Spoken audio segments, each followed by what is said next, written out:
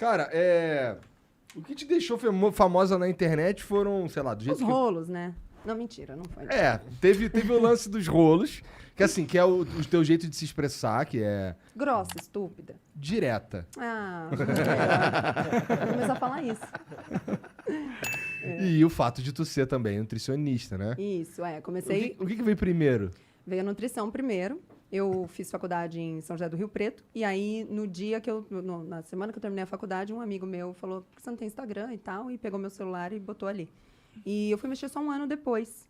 E quando eu fui mexer, eu fui dividindo um pouquinho de dia a dia, sabe? Essa coisa assim, tal. Na época não era uma tendência, assim, não tinha influencers, nem bloggers, nem nada disso. Ainda era só foto e tudo mais. Ainda era mais católico, sabe? Assim, mais ortodoxo, né? Muita foto de comida.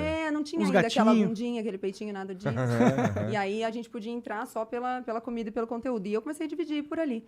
E aí o grande negócio foi que na minha área, na área da nutrição, na época, faz o que isso? 8, quase 10 anos, o tema que eu estudava e que eu mais trabalhava em nutrição ainda era muito pouco conhecido, que era essa coisa de uma dieta mais baixa em carboidratos e um outro tipo de abordagem. A gente falava bastante na contramão do que as diretrizes, na época, as diretrizes brasileiras apresentavam, mas que as diretrizes de outros países já acolhiam. E aí acabei tendo uma vazão grande por causa desse assunto. Virou polêmica, porque você estava indo contra o status quo da nutrição brasileira? Sim, exatamente. Entendi. E aí eu tomei na cabeça como um bode do tipo, a gente bate aqui para que os outros vejam que Fiquem não... com medo de não Exatamente. querer... não vem com progresso aí não, mano. Essa porra aí foi bem isso. Foi bem isso. E aí Que interessante. Mas hoje o low carb é bem difundido, Hoje né? não, hoje já foi difundido, já foi pervertido, já foi... Agora é mainstream, né? Mas na minha época não era, não.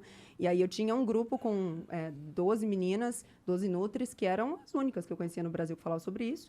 E eu tive um médico que foi meu mentor, que foi o Dr. Souto. Ele é um cara excepcional, passeia muito bem por metodologia da pesquisa, é um cara brilhante.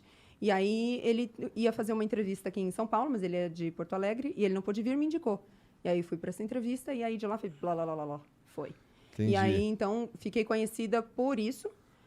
Mas aí, é engraçado, né? Porque assim, eu tendo a ter uma queda pelo que não é mainstream. Então, quando a coisa da low carb foi se popularizando, eu fui pegando um pouco de asco. Né? Então, e a gente vai, naturalmente, em ciência, a gente vai se atualizando o tempo todo, né? E, realmente, o que a gente acreditava ser verdade, ser uma boa, 5, 6 anos atrás, a gente já sabe que hoje é um pouquinho diferente e assim vai. Mudou-se o consenso do low carb daquela época pra cá? Não o consenso em si, mas essa popularização trouxe uma cena em que as pessoas elegeram low carb como se fosse o salvador da pátria. Resolve todos os problemas. Todos os Você tá com problemas. depressão? Low carb. Unha encravada? Low carb. Não tá arrumando namorado? É isso. Low carb. E aí realmente ficou complicado. Então, eu me vi num certo momento, não à toa, mas precisando falar mais para as pessoas, calma, dá uma segurada, não é tudo isso não, do que pregando no deserto. Pode crer. Né, você viu um cenário, via que ninguém tava falando low carb, falou, pô, aqui tem um espaço. Aí quando tá todo Isso. mundo falando, falou, opa, ok. Mas tem esses problemas aqui também sobre a parada. Porque, naturalmente, uma dieta mais baixa em carboidrato tem uma característica de ser um pouco mais rica em gordura. E naquela época, hoje ainda é assim no consenso, mas a gente tem um nível de evidência científica excelente corroborando a ideia de que o consumo de gordura não é o principal causador de doença cardiovascular, por exemplo, que é um consenso na cardiologia, na endocrinologia e tudo mais. E por algum motivo as diretrizes brasileiras não levam em conta essas evidências. E aí, então, quando eu comecei a falar sobre isso, basicamente o discurso era, olha, você pode comer a gema do ovo, você pode comer a gordura da picanha, cara, você pode botar azeite na comida. 2, 3 anos depois, o discurso precisou ser, ei, você não pode comer essa gordureira toda, não, porque daí passa de um extremo para o outro. Entendi. Então, a galera deixou de comer, sei lá, o pão e o bolo e se enfiou no bacon. Entendi. Bom, se ele for administrar isso como esse é meu lifestyle agora e tudo bem, até funciona. Acontece que o cara que antes tinha medo da gordura e agora colocou a gordura na vida dele e trouxe de volta aquele excesso de carboidratos, o que antes era um cheeseburger, agora é um x-bacon. Entendi. O que antes era uma pipoca, agora é uma pipoca nadando na manteiga. E essa combinação, carboidratos altos numa dieta com gordura alta numa dieta, é realmente muito deletério. Então, o assunto foi mudando ao longo dos anos para vir mais para o conservador. Mas isso eram esses consensos que existiam na época e que você ajudou a quebrar, são organizações governamentais que decidem, tipo... Na verdade, assim, todas as linhas da medicina, da nutrição de saúde, elas têm diretrizes. Então, a diretriz, ela não é impositiva. Você não é obrigado a seguir uma diretriz. Mas quem faz a diretriz? Os profissionais da área. Mas eles, como que eles se agremiam Então, diretrizes deveriam ser norteadas por evidências. Por algum motivo, e essa é a pergunta da nossa mesa de profissionais sempre, por algum motivo, as evidências novas são deixadas de lado, são ignoradas, e muito porque realmente, quando se coloca ali uma verdade por muitos anos, é muito difícil quebrar isso. Mas quem tem o poder de atualizar as diretrizes? Os conselhos poderiam fazer Os mais conselhos? por isso. Sim, poderiam fazer mais por isso. Mas aí que tá. Porque como ela não é impositiva, você não é obrigado a fazer isso, Então ninguém liga. você pode. Acontece que assim, se eu oriento um paciente meu completamente numa abordagem completamente contrária às diretrizes e algum problema acontece, eu vou precisar justificar por que eu agi na contramão das diretrizes. Entendi. Entende? E em nutrição ainda é muito mais curioso, porque em cardiologia, por exemplo, mudam-se estilos tipos de abordagens com muito menos evidências do que a gente tem em nutrição para quebrar um pouco do que é base de prescrição de diretriz. Então a nutrição é muito mais conservadora. Muito mais. Do que cardiologia? Eu diria que sim. Caralho. Eu diria que sim. Por quê, mano?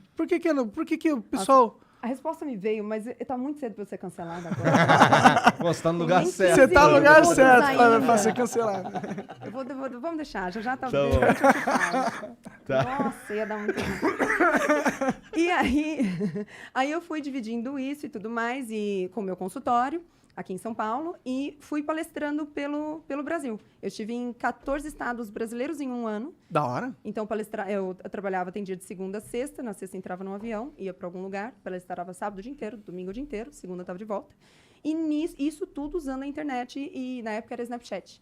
Então, era tudo no Snap. E aí, criou-se uma galera lá, uma turma de laretes lá, que a gente começou a se identificar pra caramba, mulherada, né, e tal. E essa turma foi crescendo muito. E como eu nunca deixei de colocar ali pelo menos metade do que não é nutrição, então eu nunca tive um Nutri-Lara Nesteruk, ou nada disso, muito pelo contrário, eu sempre disse que eu estava nutricionista, não era nutricionista, estou nutricionista ainda, não sou, então nada me impede de mudar amanhã de profissão. Claro. E de expandir os negócios e tudo mais, então eu conservei essa parte pessoal. E essa parte pessoal, conforme o tempo foi passando, foi fazendo muito mais movimento do que nutrição em si. E eu... Pode falar, desculpa. Não, eu não quero interromper. E aí, então, essa coisa foi crescendo e tal, e eu dividia ali, sempre divido ali. Hoje, muito menos, porque a exposição é uma coisa que dá uma cobrada. Para que eu estou falando isso?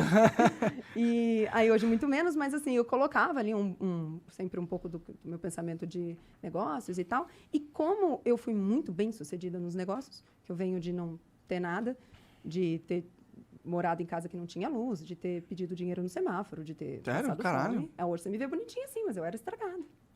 Muito.